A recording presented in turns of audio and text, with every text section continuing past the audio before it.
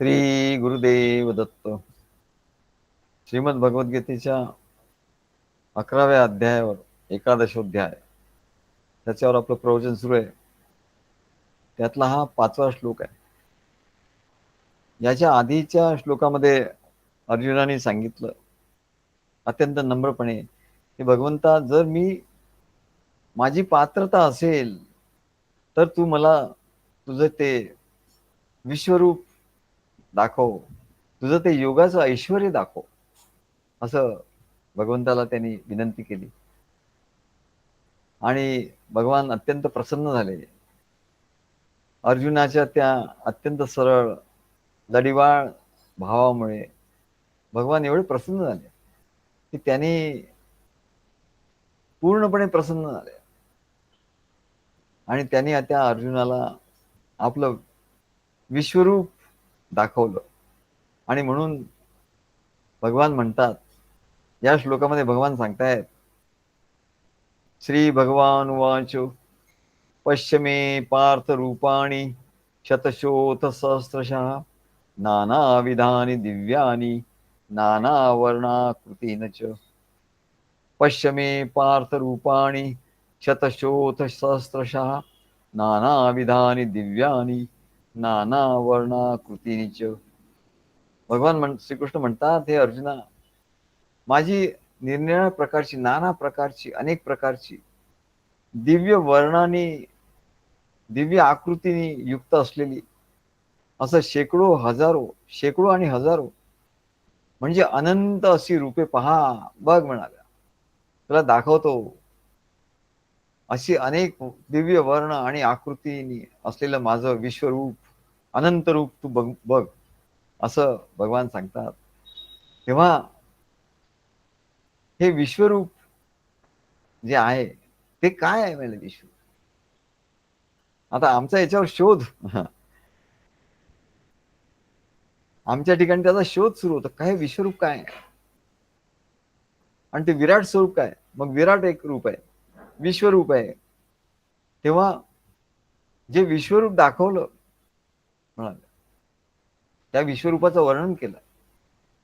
ते विश्वरूप काय आहे आणि ते दाखवण्याचा हेतू काय आहे आणि त्याच्यातून अर्जुनाला काय मिळणार आहे आणि हे भक्ताला असं मिळतं का, सगळ्यांनाच हे मिळतं का, हे सर्व असे प्रश्न आणि त्याचं उत्तर शोधण्याचा आमचा रिसर्च सुरू होतो.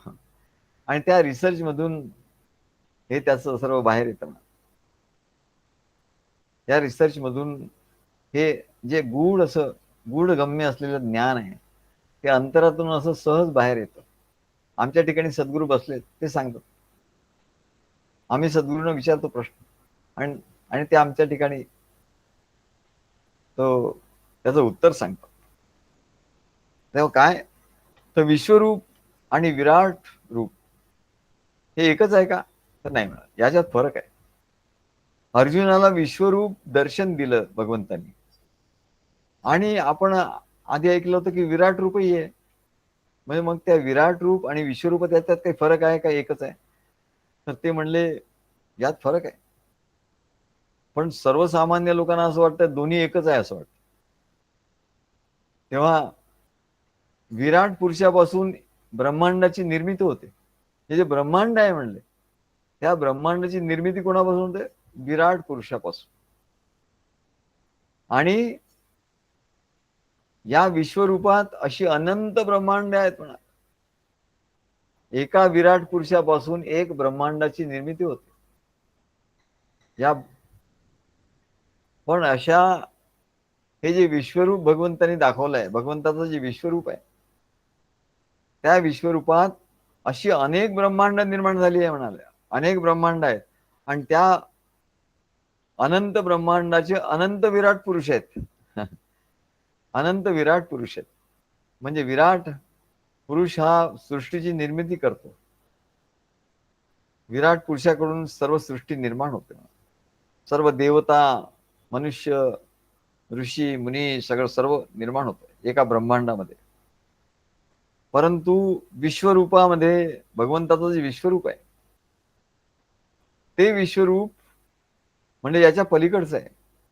आणि हे हे जे ब्रह्मांड आहे, हा जो विराट पुरुष आहे, हा एक अंश आहे त्या विश्वरूपाचा. आणि म्हणून पुरुष सूक्तामध्ये सांगितलंय, हरिओम सहस्र शीर्षा पुरुषा. त्याला अनेक शिरा आहेत, अनेक डोळे आहेत, अनेक कान आहेत, अनंत आहे. असे त्या विश्वरूप पुरुषाचे अनेक पाय आहेत, हात आहेत, अनेक प्रकारचे चेहरे आहेत. काही भयंकर आहेत, काही अगदी सौम्य आहेत, काही ध्यानस्थ आहेत, काही काहीच्या चेहऱ्यावर हास्य आहे, काहीच्या चेहऱ्यावर कारुण्य, असं अनेक अनेक प्रकार. मग असं ते विश्वरूप आहे, त्याचं वर्णन केलेलं आहे. आणि शेवटी सांगितलंय ततो विराट जायतो. या विश्वरूपापासून हा जो विराट आहे ना, हा प्रगट झाला. म्हणजे त्या विश्व पुरुषापासून हा दुसरा जो विराट पुरुष आहे तो उत्पन्न झालेला आहे. आणि म्हणून असं त्याचं वर्णन केलेलं आहे. त्याला 1000 डोके, 1000 डोळे, 1000 पाय वगैरे. तो सर्व बाजूनी या जगाला व्याप्त करतो, व्याप्त करून तो आहे म्हणतात. जगताला म्हणजे या एकाच ब्रह्मांडाला नाही, अनेक ब्रह्मांडाला. आणि काय तो 10 बोट उरलेला आहे म्हणाले. तत्तिष्ठ दशांगुलम, असं त्याचं वर्णन त्या याच्यामध्ये केलेलं आहे. आणि म्हणून पुरुष सुक्तात या विश्वरूप पुरुषाचं जे वर्णन केलंय, तेच विश्वरूप दर्शन, त्याच विश्वरूपाचं दर्शन भगवंतानी अर्जुनाला दाखवलं, जे या पुरुष सुक्तामध्ये सांगितलेलं आहे. की त्याच्यापासून विराट विराट अजायतो, म्हणजे विराट सुद्धा हा त्या विश्वरूपी परमात्म्यापासून झालेला आहे. आणि ते दर्शन, त्या विश्वरूपाचं दर्शन भगवंतानी अर्जुनाला दिलं. आता हे जे दर्शन आहे म्हणलं, हे वेदालाही या विश्वरूप दर्शनाची माहिती नाहीये. वेदात दिले नाही का विश्वरूप दर्शन? नाही. हे असं विश्वरूप दर्शन आहे असं हे वेदांनाही माहिती नाही. वेदाच्या पलीकडेच आहे म्हणजे. काय वेदांमध्ये लिहिलेलं नाही. मग वेदांमध्ये लिहिलेलं नाही, मग खरं कसं असं म्हणतो. तेच तर आहे म्हणजे. वेदांनाही कळलं नाही. वेदांनाही नाही कळला, वेदांनाही नाही कळला, अंत पार ज्याचा कानडा राजा पंढरीचा. अरे वेदालाही कळलं नाही अशा पुष्कळ गोष्टी आहे म्हणाले, तुला माहितीच नाही. नाही हो, वेदात तर सगळं काही आहे, वेदाच्या पलीकडे काहीच नाही आहे.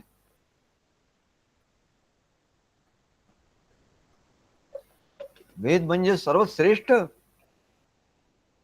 अरे नाही म्हणाले, तुझं ज्ञान एकांगी आहे, तू एकांगी आहे म्हणाले. एकांगी म्हणजे ग्राम्य भाषेत, आमच्या नागपूरकडच्या भाषेत, मेरी मुर्गी की एकही टांग. एकांगी हा संस्कृत शब्द आहे. तुझं ज्ञान एकांगी आहे, सभ्य लोक असं बोलतात. आणि जे असे ग्राम्य लोक असतात ते कसे ग्राम्य भाषेत काय म्हणतात, हा तुझे म्हणले मेरी मुर्गी की एकही टांग, तुला एकच टांग आहे माहिती आहे म्हणाल. नाही तरी तो आग्रह धरतो, नाही मेरी मुर्गी की एकही टांग, अरे नाही बाबा, मुर्गीला 2 टांग असतात, तुला दाखवतो म्हणलं. नाही नाही म्हणले, मेरी मुर्गी की एकही टांग, दुसरी टांग नाहीच आहे म्हणले, असं सांग. हे ग्राम्य भाषेत आपण सांगितलं. आणि सभ्य भाषेत त्याला म्हणतात की की म्हणाले हा एकांगी आहे, हे एक अंग आहे, दुसरं अंग नाही. म्हणजे एक टांग आहे, दुसरी टांग नाही, असं म्हणायचं खरं. वेदांनाही नाही कळला, अंत पार ज्याचा कानडा राजा पंढरीचा. वेदामध्ये कुठे पांडुरंगाचं वर्णन आहे का दाखवा? नाहीये. वेदामध्ये पांडुरंग कुठे लिहिलंच नाहीये, नावच नाही. मग काय तो पांडुरंग नाही आहे का? आहे. त्याचं तर सर्व संतांनी त्याचं वर्णन केलंय. वेदांना कळलं नाही, उलट वेदांना कळलं नाही म्हणून त्यांनी लिहिलं नाही. एखाद्या व्यक्तीने ते का लिहिलं नाही, एखाद्या पुस्तकात का लिहिलं नाही, तर त्याला ते कळलं नाही म्हणून त्याला लिहिलं नाही. आणि त्यांनी लिहिलं नाही म्हणून काय हे फायनल थोडी आहे. वेदांनी सांगितलं ते फायनल थोडी आहे. त्यांना कळलं नाही म्हणून त्यांनी लिहिलं नाही. त्यांना कळलं असतं त्यांनी लिहिलं असतं. आमच्या केशवदास महाराजांनी सुद्धा लिहिले. अहो, वेदांना सद्गुरू सुद्धा कळले नाही म्हणून त्यांनी सद्गुरू हे लिहिलं नाही. त्याने आचार्य वगैरे लिहिले, पण सद्गुरू असं लिहिलं नाही. काय तेव्हा केशवदास महाराजांनी काय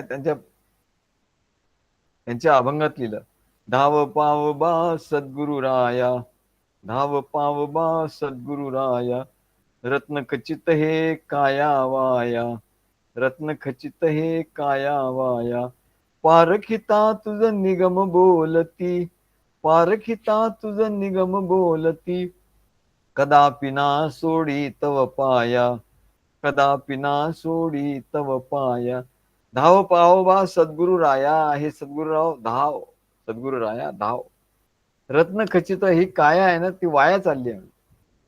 हे काया म्हणजे रत्न आहे, पण ती वाया चालली आहे तुझ्याशिवाय. पारखिता तुझ निगम बोलती. आता आम्ही वेदांना विचारायला गेलो की काय बाबा, तुम्हाला सद्गुरूंच्या बद्दल तुम्हाला काही माहिती आहे का, जर आम्हाला सांगा. हे वेदांना विचारायला गेलो तर त्यांना काही माहितीच नव्हती. मग ते काय म्हणाले की मी थांबा म्हणले, आम्हाला काही माहिती नाही सद्गुरूंच्या बद्दलची. तर म्हणले आम्ही बघून येतो, आम्ही रिसर्च करून येतो म्हणाले. आणि ते रिसर्च करून आल्यावर त्यांनी काय सांगितलं की म्हणले आम्ही एवढंच सांगू शकतो यांच्याबद्दल, ते एवढे थोर आहेत, एवढं थोर आहेत की त्यांच्याबद्दल आम्ही एकाच ओळीत सांगू शकतो, कदापि ना सोडी तव पाया, पारखिता तुझ निगम बोलती. निगम म्हणजे वेद. तुला पारख करायला गेले आणि ते काय बोलले, एकच वाक्य बोलले, कदापि ना सोडी तव पाया, की यांचे पाय कधी सोडू नको एवढंच सांगतो म्हणले.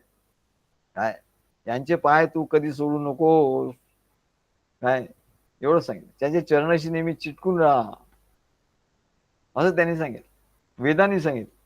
म्हणजे वेदामध्ये सगळंच आहे असं नाही म्हणलं. वेदामध्ये सद्गुरू नाही, वेदामध्ये अवतार नाही, आणि म्हणून ते वेदामध्ये निर्गुण परमात्म्याचं वर्णन आहे, सगुण साकारचं वर्णनच नाहीये. आणि म्हणून वेदांना सगुण साकार परमात्मा असतो असं माहितीच नाहीये. वेदांना माहितीच नाही सगुण साकार परमात्मा असतो, आणि म्हणून त्यांनी वेदात वर्णन लिहिलेलं नाही सगुण साकार परमात्म्याचं. तर लोकांना असं वाटतं की सगुण साकार नाहीच आहे. आणि म्हणून भगवान व्यासांनी पुराणं रचली की अरे लोकांना हे कळावं सगुण साकार म्हणून. आणि जेवढी वेद वाचलं तेवढंच नाहीये, वेदाच्या पलीकडे पुराण आहे. आणि त्याच्यामुळे महर्षी दयानंद वगैरे सारखे वेदांचं ज्यांना जास्त प्रेम होतं, प्रेम बरोबर आहे, आणि त्याच्यावर वेदांची व्याख्या त्यांनी फार चांगल्या रीतीने केली आहे, फार उत्तम प्रकारे त्यांनी केली. परंतु परमेश्वर त्याच्यामध्ये सगुण साकारचा उल्लेखच नाही वेदामध्ये. म्हणून त्यांनी आपलं अभ्यास फक्त वेदांपुरता, आणि म्हणून त्यांनी सांगितलं की हे अवतार वगैरे काही नाही. पण वेदात नाही असं सांगायला पाहिजे की वेदात सगुण नाही आहे. सगुण साकार बघायचं असेल तर तुम्ही पुराणात बघा असं त्यांनी सांगायला पाहिजे होतं. पण त्यांनी त्या अवताराचं खंडनच करून टाकलं. म्हणजेच एकांगी प्रतिपादन केलं, एकांगाचं प्रतिपादन केलं आणि त्याच्यावरती ठाम राहिले, त्याच्या पलीकडे काही नाही असं म्हटलं. एवढंच नव्हे तर प्रभू राम भगवान श्रीकृष्ण हे अवतार नव्हते, ते केवळ महापुरुष होते असं त्यांनी म्हटलंय आणि अवतारवादाचं खंडन केलं. आणि म्हणून त्यांचं ज्ञान एकांगी झालं. या उलट भगवान व्यासांनी पुराणांच्या द्वारे ऋषीमुनी आत्मज्ञानी लोकांनी घेतलेला प्रत्यक्ष अनुभव, प्रत्यक्ष प्रमाण आहे ना. अहो प्रमाण, कुठलं प्रमाण दाखवा ना तुम्ही. वेद हाही ग्रंथ आहे, वेदांना तुम्ही हे म्हणता, पण वेद प्रत्यक्ष प्रमाण कुठे आहे? वेद हा प्रत्यक्ष प्रमाण नाही, वेद हा शास्त्र प्रमाण आहे. वेद हा शास्त्र प्रमाण आहे, वेद हा प्रत्यक्ष प्रमाण नाही. म्हणून वेदामध्ये जे काही सांगितलेलं आहे, ते जे सांगितलेलं आहे निर्गुण निराकार, हे शास्त्रीय दृष्टीने सांगितलेलं आहे, ते प्रत्यक्ष ते नाहीये. आणि म्हणून त्याचा प्रत्यक्ष कोणाला अनुभव येत नाही. निर्गुण निराकाराचा कोणी अनुभव घ्यायला गेला तर प्रत्यक्ष नाहीये, प्रत्यक्ष त्याचा अनुभव येत नाही. म्हणून तुकाराम महाराज म्हणतात, काय ते करावे संदेही निर्गुण. अरे संते निर्गुण एवढं संदेह आहे म्हणले. आमच्या विवेक MSc करताना ते तो त्यांना एक सब्जेक्ट आहे, काय काय सब्जेक्ट आपला काहीतरी आहे त्याचं नाव. तेव्हा ते चित्रामध्ये सुद्धा असतात ते काही समजतच नाही, काय कळतच नाही त्याच्यात. तसं म्हणजे ते गणित कोणाला काही कळत नाही, ते शिकवणाऱ्या प्रोफेसरला कळत नाही. तर तेव्हा तसं म्हणाले ते वेदांमध्ये लिहिलं. आता हे लोकांना कळावं कसं, म्हणून जो दुसरा भाग आहे त्याचा, तो पुराण ऋषी मुनींची जे अनुभव, प्रत्यक्ष अनुभव, प्रत्यक्ष प्रमाण, ते शास्त्र त्याला आगम प्रमाण असतं. म्हणजे आगम प्रमाण किंवा निगम प्रमाण, हे आगम प्रमाण आहे, निगम प्रमाण आहे. परंतु प्रत्यक्ष प्रमाण कुठे आहे? प्रत्यक्ष ज्यांनी अनुभव घेतला त्याचं प्रमाण कुठे आहे? तर पुराण हे प्रत्यक्ष प्रमाण आहे. कारण प्रत्यक्ष जे ऋषी मुनींनी अनुभव घेतले, परमेश्वराला त्यांनी प्रत्यक्ष बघितलं, सगुण अवतार चरित्र बघितले, परमेश्वराचं दर्शन प्रत्यक्ष घेतलं,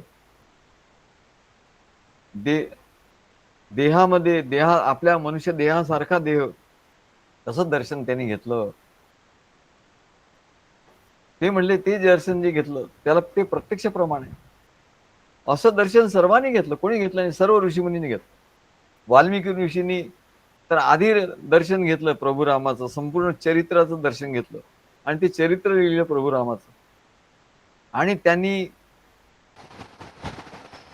त्याचा ध्यास धरला, त्यांनी संकल्प केला. हे चरित्र लिहिलं त्यांनी प्रभू रामाचं, आणि सगुण साकार त्याच्या रूपाचं प्रभू राम व्हायच्या आधी. आणि सर्व ऋषी मुनींनी त्याचा ध्यास धरला. सर्व ऋषी मुनींनी सांगितलं, अरे वा काय चरित्र आहे, ध्यास धरला, असा राम झालाच पाहिजे, असा राम झालाच पाहिजे, अशी त्यांनी ध्यास धरला. आणि ध्यासामुळे ती इच्छाशक्ती निर्माण झाली आणि त्याच्यामुळे त्या प्रभू रामाला अवतार घ्यावा लागला, भगवंताला अवतार घ्यावा लागला. प्रभू रामाचा अवतार झाला, आधी चरित्र लिहिलं मग अवतार.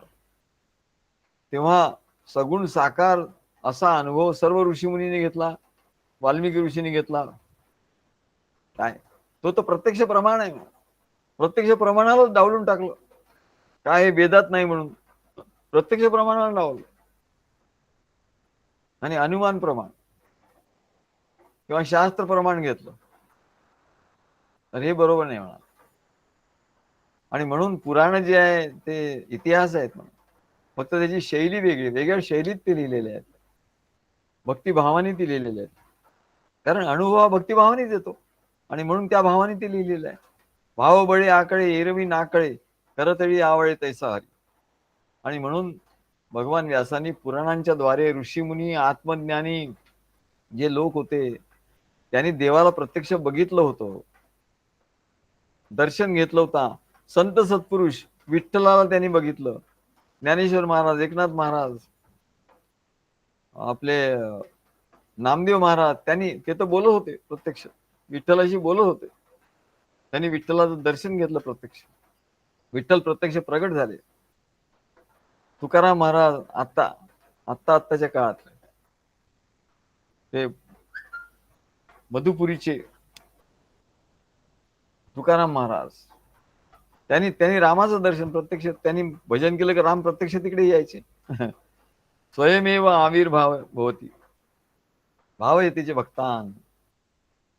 ते ह्या सर्वांनी मीराबाईंनी श्रीकृष्णाचं प्रत्यक्ष श्रीकृष्णाचं दर्शन घेतलं. किती लोक सांगावे म्हणा. जेवढे संत सत्पुरुष आहे सर्वांनी घेतलं दर्शन.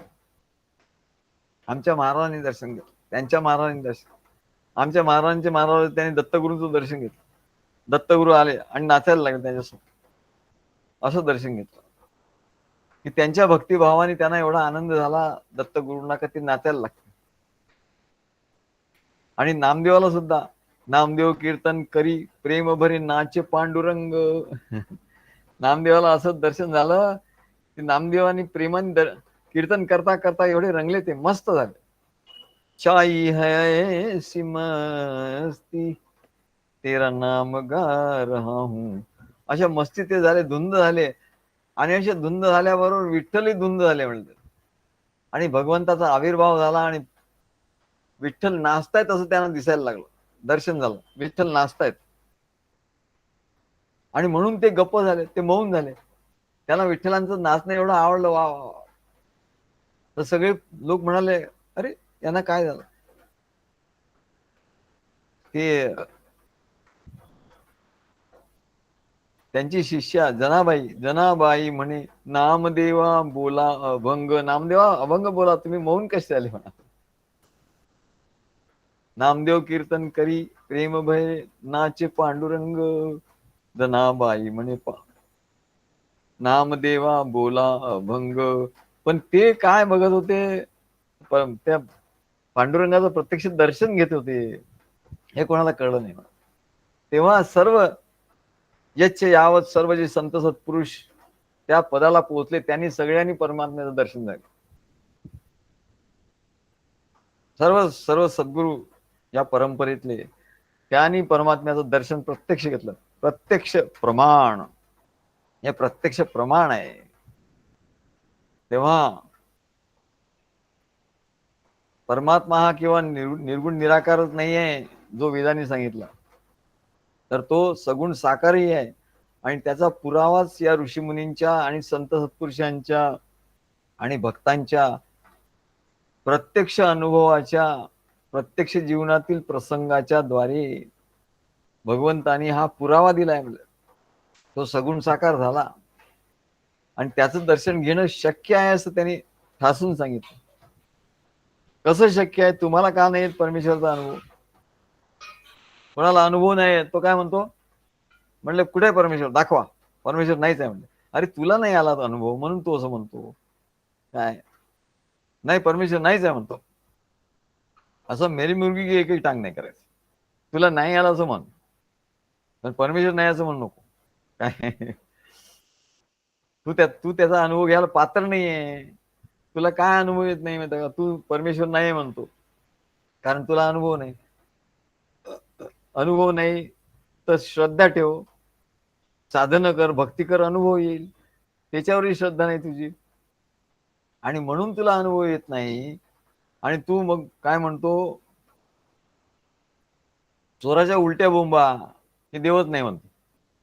देवाला रिटायर करा म्हणतो, देवच नाही म्हणतो.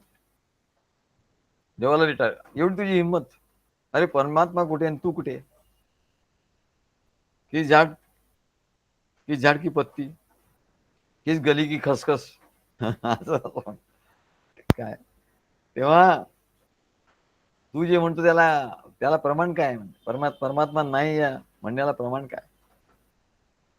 मग कोणी कोणी बघितलं बघ, सगळ्यांनी बघितलंय. आता रिसर्च करतात, रिसर्च मध्ये कोणाकोणा कशावरून हो, अमुक झाला असेल, तमुक झाला असेल, असा शोध लागला, तसा शोध लागला. ज्याला माहिती नाही, जो बघू शकत नाही, जो प्रयोगशाळेत गेला नाही, तो असंच मिळेल ना. आम्ही कुठे बघितलंय रॉकेट आणि आम्ही कुठे बघितलंय चंद्रावर गेले म्हणून, हे काहीतरी सांगतात. आम्हाला दाखवा बरं चंद्रावर. तुझी पात्रता आहे का तशी. पात्रता घे. मग तू चंद्रावर जाऊ शकते. त्याला पात्रता लागते, त्याला एवढं शिकावं लागतं, त्याला एवढी हिंमत लागते. तेवढी आहे का तुझी. नाही आहे. आणि म्हणून काय म्हणतो की मी हे चंद्रगिंद्र काही नाही म्हणाले, देवगीव काही नाही, हे कल्पना आहे, खोटी कल्पना आहे म्हणाले. हे खोटी कल्पना आहे, देवगीव काही नाही. असं तुझ्यात धमक नाहीये, तुझ्यात धमक नाहीये, बघण्याची पात्रता नाहीये. रॉकेट मधून बसून, विमानात बसून जाण्याची तुझ्यात पात्रता नाहीये, तुझ्यात दम नाहीये. आणि तू म्हणतो की ते असं काही नसतं, असं वगैरे काही नसतं, ते सॅटेलाइट वगैरे काही नसतं, अमुक नसतं. आणि तू म्हणतो की चंद्रावर गेले कशावरून, असं तू म्हणतो.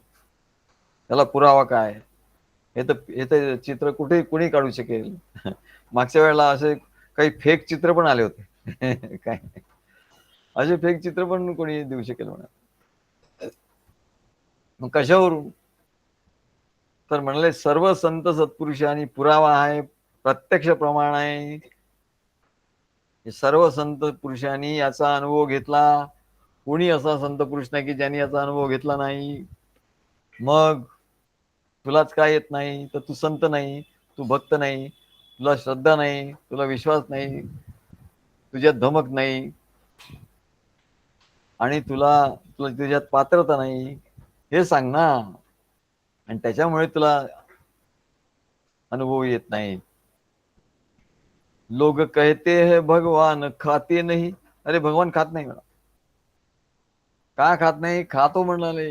भिल्लिणी के तरह तुम खिलाते नाही. तुम्हाला कसं त्याला खाऊ घालावं हे तुम्हाला कळत नाही म्हणाले. भिल्लीन शबरीसारखं खाऊ घालावं तिचा भाव, तिचा जो भाव आहे तो तिच्या ठिकाणी भाव नाही. मग तुम्हाला अनुभव कसा येईल? नामदेव की तरह तुम खिलाते. नामदेवाची खीर खाल्ली, हा नाम्याची खीर चाखतो. काय तेव्हा त्या नामदेवानी ज्या प्रेम भक्तीने उत्कट भावाने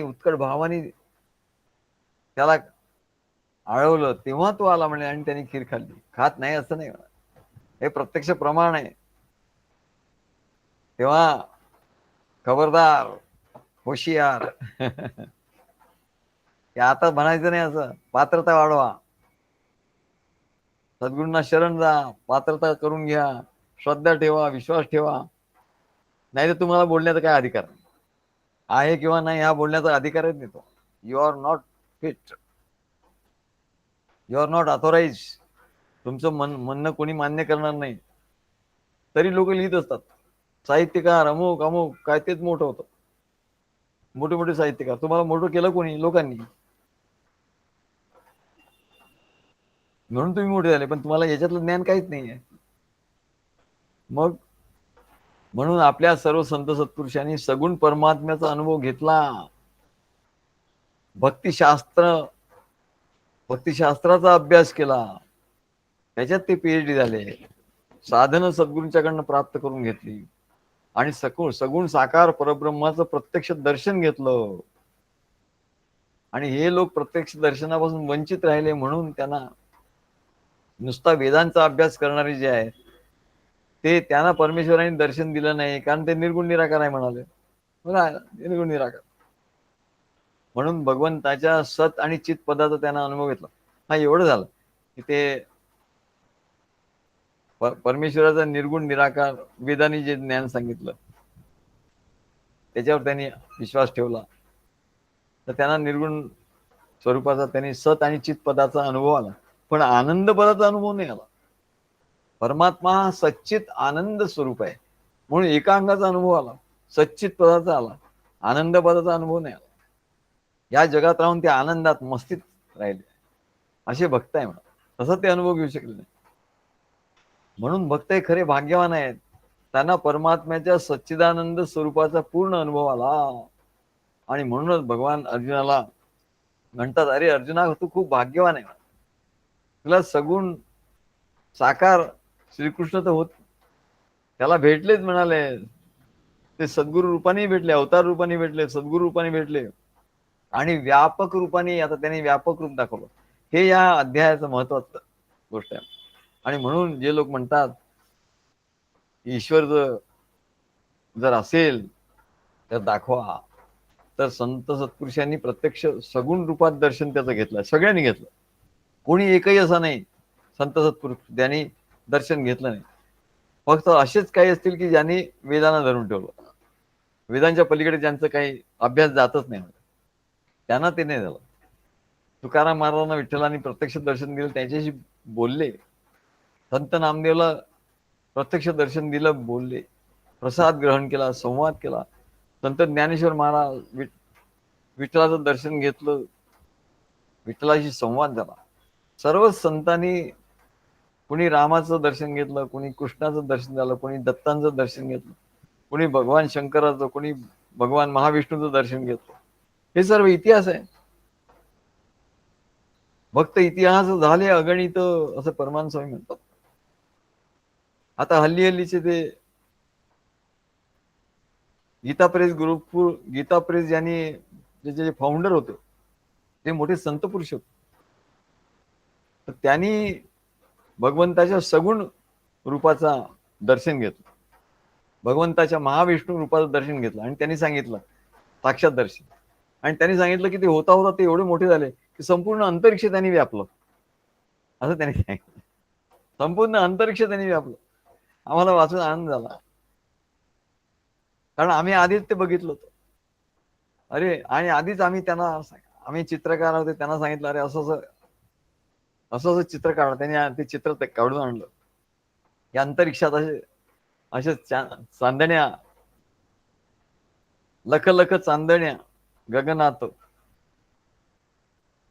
चम चम चांदण्या गगनात, लख लख प्रकाश दरियात. चम चम चांदण्या गगनात, चम चम चांदण्या गगनात, लख लख प्रकाश दरियात, लख लख प्रकाश दरियात. आणि असा तो भगवान, त्याचं दर्शन झालं सगळ्यांना झालं. फक्त जे वेदामध्ये अडकून राहिले, ज्ञानामध्ये, त्यांना नाही राहिलं. तेव्हा जो निर्गुण आहे तो सगुण होतो म्हणून. बरं, आता हा जो निर्गुण आहे तो सगुण होतो. मग काही लोक म्हणतात अयोनी संभव आहे की तो मातेच्या गर्भातून आला नाही, अमकं नाही तमकं नाही, असं काही सांगत असत. तर भगवंताचं हे विश्वरूप कुठून आलं, कसं उत्पन्न झालं, असा आमच्या मनात प्रश्न, आम्हालाच प्रश्न विचारला. मग हे विश्वरूप म्हणजे आहे तरी काय, कुठून उत्पन्न झालं, कसं उत्पन्न झालं? हे काही नुसतं प्रकाशातून फिल्म सारखं आलं का की परमेश्वराने तिकडून ते फिल्म दाखवली अर्जुनाला, असं बघा विराट स्वरूप ते फिल्म मध्ये दाखवतात, तशी फिल्म दाखवली का? अशी काही माया केली का त्यांनी? योग मायेने निर्माण केलं, पण माया म्हणजे काहीतरी खोटं असं दाखवलं नाही म्हणाल. ते सत्य स्वरूप होतं. मग हे विश्वरूप कुठून आलं, कसं उत्पन्न झालं, याच्यावर आधी ज्ञानेश्वर महाराजांनी याचं उत्तर दिलं आधी. अरे म्हणाले हे कसं आलं, तर म्हणले जसा तुम्ही झोपता, निद्रा आली की झोपता, आणि झोपल्यावर तुम्हाला स्वप्न पडतं. झोपल्यावर स्वप्न पडतं की नाही? हा, पडतं. मग तो स्वप्नात पाहणारा कोण असतो? तूच असतो. स्वप्नामध्ये सुद्धा आपण स्वतःलाही बघतो, आणि स्वप्नामध्ये अनेक गोष्टी बघतो. शेत बघतो, आभाळ बघतो एवढं मोठं, सागर बघतो, लोक बघतो, सगळं काही पशु पक्षी सगळं सृष्टी बघतो. हे बघतो की नाही स्वप्नामध्ये? मग स्वप्नामध्ये हे कोण निर्माण करतं? तर हे स्वप्नामध्ये आपलं मन निर्माण करतं, परमेश्वर निर्माण नाही करत. आत्मा पण निर्माण करत नाही स्वप्न. हे मन हे परमेश्वराचं अज्ञान स्वरूप आहे. परमेश्वरच आहे, परमेश्वराचंच रूप आहे, पण अज्ञान स्वरूप आहे. आणि म्हणून त्याच्या ठिकाणी स्वरूप तर परमेश्वराच आहे ना. पण त्याच्या ठिकाणी ताकद आहे. काय ताकद आहे? परमात्मा जसं व्यापक विश्वरूप निर्माण करतो, तसं मन सुद्धा खोटं का असेना स्वप्नामध्ये विश्वरूप निर्माण करतं. अरे, जर मनुष्याच्या मनामध्ये एवढी शक्ती आहे की तो विश्वरूप तयार करतो, तर परमेश्वर विश्वरूप तयार करतो, याच्यात काय आश्चर्य आहे म्हणाले? काहीच आश्चर्य नाहीये. मग त्याची उपमा ज्ञानेश्वर महाराज देतात. हे म्हणाले विश्वरूप कसं कसं निर्माण होतं बघ. स्वप्नात तुझ्या अनुभवावरून सांग. स्वप्नात तुझं मन तयार करतं. तसं म्हणाले भगवंताचं मन तर हे विश्वमन आहे. भगवंताचं जे मन आहे ना, तुझं मन आहे, तसं भगवंताचं मन आहे. तर भगवंताचं मन हे विश्वमन आहे, आणि ते एवढं व्यापक आहे की ते मन हे आपल्या योग शक्तीने हे अनंत ब्रह्मांड निर्माण करतो. अनंत ब्रह्मांड रूप झालं. मग आम्ही त्याच्यावर रिसर्च केला की हे तर म्हणतात स्वप्नासारखं, हा दृष्टांत दिलाय. तर म्हणले योग शक्ती काय? म्हणजे योग शक्तीने ब्रह्मांड रूप तयार होतं. आता ही योग शक्ती किंवा योग माया म्हणजे काय, याचा आम्ही विचार केला. आम्हाला असा शोध लागला की योग या शब्दाचा अर्थ आत्म्याचे परमात्म्याशी मिलन, मगाशी जसं सांगितलं, ईशसे योग हो जिसका उसे योगेश कहते. म्हणून अर्जुनाच्या मनाचं भगवान श्रीकृष्णाच्या मनाशी मिलन झालं. काय झालं? विश्वरूप अर्जुनाला कसं अनुभवायला आलं याचा रिसर्च आहे. आधी अर्जुनाचं मन हा श्रीकृष्णाच्या मनाशी एकरूप झालं, त्याच्या मनाशी मिलन झालं, तेव्हा त्याला योग मायाच्या योगाने विश्वरूपाचं दर्शन झालं. त्याला योग माया असं म्हणतात. दोघांचं योग म्हणजे जोडणे. अर्जुनाने आपलं वैयक्तिक मन, व्यक्तिगत मन हे भगवान श्रीकृष्णाच्या विश्वरूप मनाशी जोडलं. भगवान श्रीकृष्णाचं मन हे विश्वरूप मन होतं, विश्व मन होतं. आणि अर्जुनाने आपलं मन श्रीकृष्णाच्या मनाशी जोडल्याबरोबर ते विश्वरूप असल्यामुळे त्याला विश्वरूप दर्शन झालं. मग विश्वरूप म्हणजे यालाच योग माया असं म्हणतात.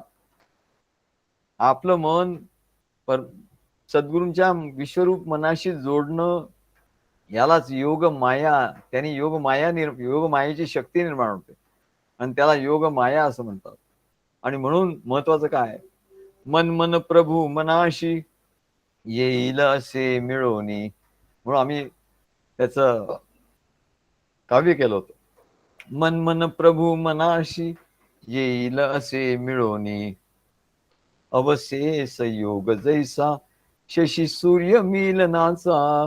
अमावास्या भक्ती मार्गात खूप शुभ समजली जाते. तशी अमावास्या ही सामान्य लोकांना अशुभ आहे, अशुभ. त्याच्या वेळ अमावास्याला कोणी काय करत नाही, परंतु अमावास्या ही जे भक्त आहे त्यांना अत्यंत शुभ आहे.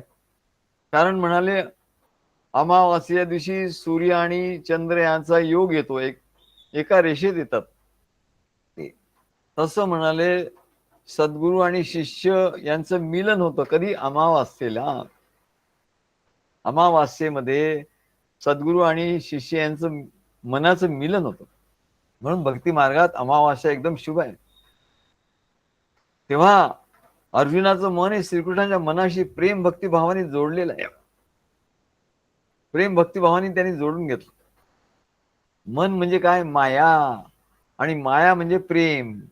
मायेचा एक अर्थ अज्ञान आणि दुसरा अर्थ प्रेम. तेव्हा योग माया म्हणजे प्रेम माया, अज्ञान माया नाही. माया ही अज्ञान माया नाही. तरी दोन मनांना जोडणारी शुद्ध प्रेम माया, सद्गुरूंचं मन आणि शिष्याचं मन यांना जोडणारी, जी जोडलं की ती प्रेम माया ती जोडते म्हणाले. आणि ती जी शक्ती निर्माण होते, घेईन ध्यास आता प्रभूच्या मनोगतांचा, घेईन ध्यास आता प्रभूच्या मनोगता. मग तो प्रभूच्या मनोगतांचा ध्यास घेतो. नाहीतर त्याच्याच मनात विचार चाललेले आहेत, त्याच विचारात तो वाहून जातो. त्याच्या मनामध्ये विचारांचा प्रवाह आहे, त्या प्रवाहात तो वाहून जातो. सर्वसाधारण मनुष्य तो आपलाच विचार करतो, आपल्या कुटुंबाचा विचार करतो, आपल्या भक्ती मार्गाचा विचार करतो, आपल्या भक्ती मार्गाचा विचार. आणि म्हणून अर्जुन म्हणतो, यथा नियुक्तोस्मी तथा करोमी, करिष्ये वचनम तव. हे भगवंता, तुला काय म्हणायचं ते मी करणार आहे, मला काय म्हणायचं त्याचा काय अर्थ नाही. व्यवहारात सुद्धा आपण बघतो की दोन मन एकमेकांशी प्रेमाच्या मायेने जोडले जातात.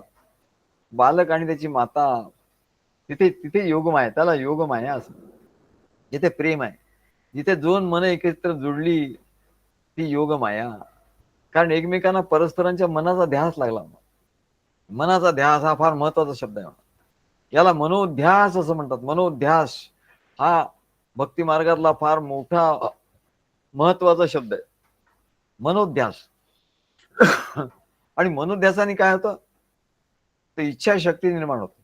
मनोध्यास म्हणजे साधी गोष्ट नाही. म्हणजे दोन मन एकत्र मिळाली म्हणजे काय होतं, सद्गुरू आणि शिष्याचं मन एकत्र मिळालं म्हणजे काय होतं, ती इच्छाशक्ती निर्माण होते. त्या इच्छाशक्ती निर्माण होते. आणि म्हणून मग सद्गुरूंच्या ठिकाणी संकल्प असतो आणि शिष्याच्या ठिकाणी ध्यास असतो. ध्यास आणि संकल्प एकत्र झाले की त्यातून ती प्रबळ इच्छाशक्ती अशी निर्माण होते. त्यालाच इंग्रजी स्ट्रॉंग विल पॉवर असं म्हणतात, विल पॉवर.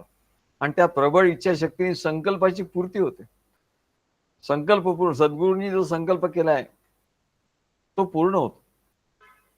सद्गुरु सत्संकल्पा शिष्य ध्यास रूपा त्रिभुवन सुंदर मंगल येई मूर्त रूपा. म्हणून त्रिभुवन, जे त्रिभुवन आहे सगळं संपूर्ण म्हणाले विश्वरूप आहे, ते मूर्त रूप झालं अर्जुनाच्या समोर. कारण काय तर श्रीकृष्णाचा संकल्प झाला की आता मी असा प्रकट व्हावं, आणि अर्जुनाने त्या संकल्पाला जोडून घेतलं आपल्या भावबळाने, मनोध्यासाने आपलं मन एकरूप केलं त्याच्याशी. आणि म्हणून त्या अर्जुनाच्या ठिकाणी होतं की मला तुझं विश्वरूप दाखव, हे त्याच्या मनात होतं. आणि भगवान श्रीकृष्ण म्हणाले की हे अर्जुना बघ, आता मी तुला दाखवतो. म्हणजे दोघांची मनं एकरूप झाली. आणि सद्गुरु सत्संकल्पा शिष्य ध्यास रूपा त्रिभुवन सुंदर मंगल येई मूर्त रूप. हे रहस्य आहे म्हणा. हे याच्यातलं रहस्य आम्ही शोधून काढलं. काय गीता रहस्य हे खरं रहस्य आहे की ते विश्वरूप कसं प्रगट झालं. तर अर्जुनाच्या मनामध्ये होतं की मला भगवंतांनी ते व्यापक स्वरूप दाखवावं. ज्ञान, आत्मज्ञान तर झालं आणि व्यापक रूपाचं दर्शन व्हायला पाहिजे असं त्याच्या मनाने घेतलं. पण मी पात्र आहे का नाही असं त्याला थोडस वाटायला लागलं. तर भगवंतांनी सांगितलं अरे असा विचार नको, हे अर्जुना बघ बघ म्हणले, पश्य मी परमेश्वर, माझा ईश्वर बघ म्हणाला, दाखवतो तो. म्हणजे त्यांचा संकल्प झाला. भगवान पश्य म्हणजे बघ, हा संकल्प झाला त्यांचा भगवान श्रीकृष्ण. आणि याचा ध्यास होता, दोघांचं मिलन झालं. होई मूर्त रूपा. तेव्हा दत्त गुरूंचे जे 24 गुरु सांगतात त्याच्यापैकी भृंगी कीटक न्याय असं एका गुरुचं वर्णन दत्त गुरूंनी सांगितलं. एक भुंगा होता आणि तो भुंगा काय करतो, कुठे कीटक दिसतात का बघतो फुलांच्यावर, आणि त्या कीटकाला घेऊन येतो. हा त्याचा छंद आहे. आणि तो एका अशा घरात त्याच्यासाठी घरटं बांधतो छोटंसं, त्याच्यात ठेवतो.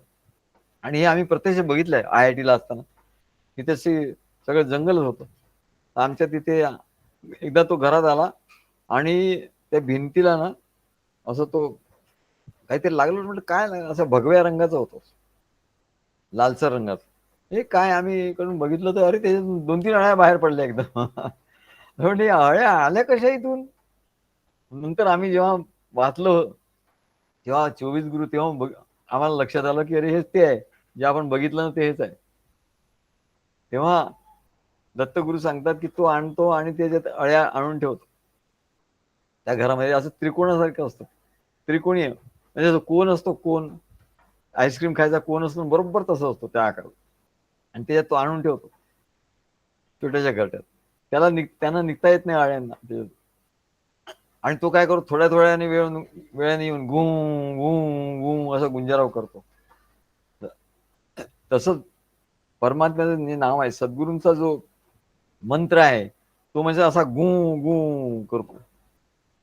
सद्गुरू त्याला मंत्र देतात का, अरे असा गुंजाराव करत राहा सारखा, राम राम राम राम सीताराम सीताराम राम राम राम राम सीताराम सीताराम असा गुंजाराव करत राहा म्हणाल. तो मंत्र म्हणत राहा, त्याचा गुंजाराव करत राहा. म्हणजे तू काय होशील, तू राम होशील.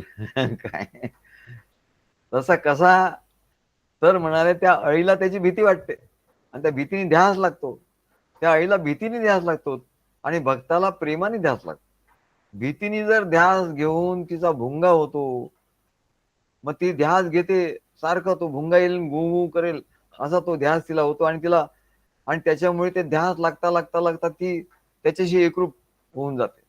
आणि तिला पंख फुटतात आणि ती भुंगा होऊन जाते आणि ती उडते, ती मुक्त होते त्याच्यात.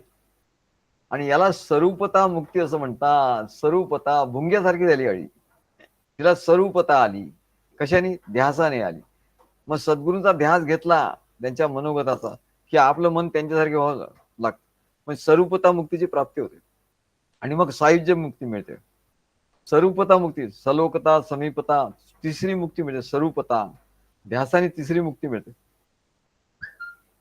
म्हणून सद्गुरूंच्या संकल्पाचा निरंतर ध्यास घेतला पाहिजे. सद्गुरूंच्या मनाशी एकरूप झालं पाहिजे पूर्णपणे. त्याला स्वरूपता मुक्ती असं मिळतं. आणि याला इच्छाशक्ती किंवा योग शक्ती असं म्हणतात. भगवंतांनी इथे योग माया असा शब्द वापरला. लोकांना कठीण वाटतं, काय शब्द आहे. सद्गुरूचा शिष्य तो म्हणतो मी शोधून काढतो. अरे मला अनुभव आलाच ना, माझे सद्गुरू एवढे ग्रेट आहे, तर मला त्यांनी कधीतरी अनुभव दिलाच असेल. आम्ही आमच्या ठिकाणी अरे मला असा अनुभव दिलाच असेल योगमायेचा, मग तो योगमायेचा अनुभव काय मी शोधून काढतो. आम्ही महाराज असताना असं काय शोधून काढलं, महाराज हा बरोबर बरोबर, त्यांना आनंद व्हायचा. तर योगमाया काय म्हणजे काय आज आम्ही शोधून काढलं. तेच लिहिला म्हणले आम्ही. योगमाया म्हणजे काय, इच्छाशक्ती. ध्यासानी इच्छाशक्ती निर्माण होते आणि जी इच्छाशक्ती सर्व काही घडवून आणते म्हणाला प्रत्यक्षपणे, तिला योगमाया असं म्हणतात. आणि म्हणून यानेच भगवंताची सगुण सामकार मूर्ती तयार होतात आणि प्रत्यक्ष दर्शन होतं. ही जी योगमाया आहे, ही जी इच्छाशक्ती आहे, आणि या इच्छाशक्तीमुळे मला इच्छाशक्तीलाच योगमाया म्हणतात. आणि भगवान म्हणतात की माझ्या योगमायेने मी माझं असं रूप घेतो, साकार रूप घेतो.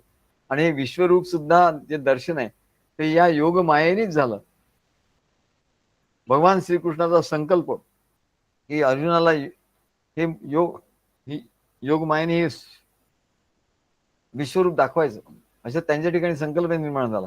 आणि अर्जुनाच्या ठिकाणचा ध्यास हे भगवंत मला दाखवा, असा त्याचं ते एकरूप झाले दोघांची मन, आणि ते विश्वरूप प्रगट झालं. आणि म्हणून भगवान सांगतात पश्चिमे पार्थ रूपाणी. पश्चिमी, पश्चिम म्हटल्यावर त्यांचा संकल्प प्रगट झाला. पश्चिमे पार्थ रूपाणी शतशोथ सहस्रशः नाना विधानी दिव्यानी नाना वर्णाकृतीने च. पश्चिमे पार्थ रूपाणी शतशोथ सहस्रशः नाना विधानी दिव्यानी नाना वर्णाकृतीने च. श्री गुरुदेव दत्त.